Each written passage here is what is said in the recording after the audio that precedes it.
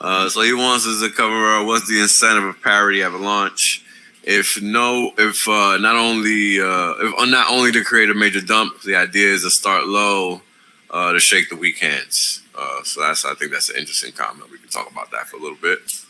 I mean, I think Richard's idea is to essentially, because he's talked about it numerous times, he wants both hex to be, he wants them both to be expensive or close to, right? So, like, I think this idea of starting at parity, and then he's already talked about his third token as of late as well, his LP token that's essentially going to be same thing like with Pancake Swap. There's going to be an LP token. So, if you start at parity and then you lock those two pairs with an LP token as well, I'm a fan of just having my bags instantly doubled. I don't know about anyone else, but I like to grab as much hex as I can before this launch, and I want to just see them doubled. You're not gonna, and this is the misconception, right? Like, people think, let's say that didn't take place and there was cheap P hex.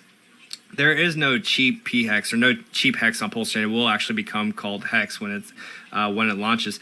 There won't be any cheap hex on Pulse, because you and everyone and their mother are going to run to hex on Pulse Chain immediately and start buying it. Everyone's going to buy into this massive green candle. Slippage is going to be insane.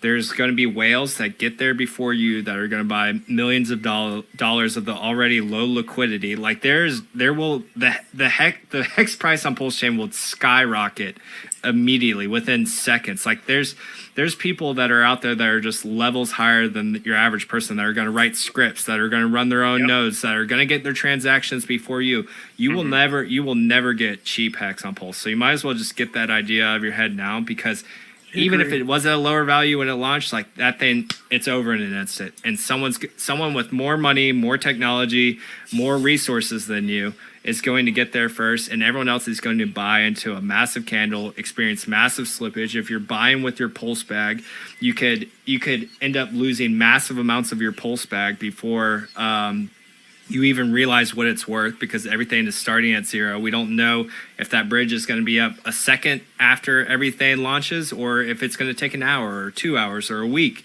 You just don't know. So you just have to be very careful. But there's no way that we get a cheap hex on Pulse Chain. It'll never happen. It'll never happen. Well, one thing I will say is I think you just need to keep cognizant of the fact that once the testnet is announced, it completely obliterates all of the fake FUD that we've been hearing. Because if Hex was a scam for real, why would it be giving you a free copy of something worth 35, 40 cents or whatever it is? So it's going to skyrocket at that instant, because people are going to be like, holy crap, they're giving away Hex now? Because a testnet launch implies there's going to be another version of this coin, or whatever coin.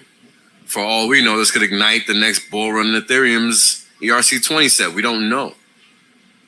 Right? So these are things you got to be aware of. You got to really think these things through. You can't just take a linear frame of thought at what could happen. So definitely don't wait around to take a position in something that only goes in one direction in the first place.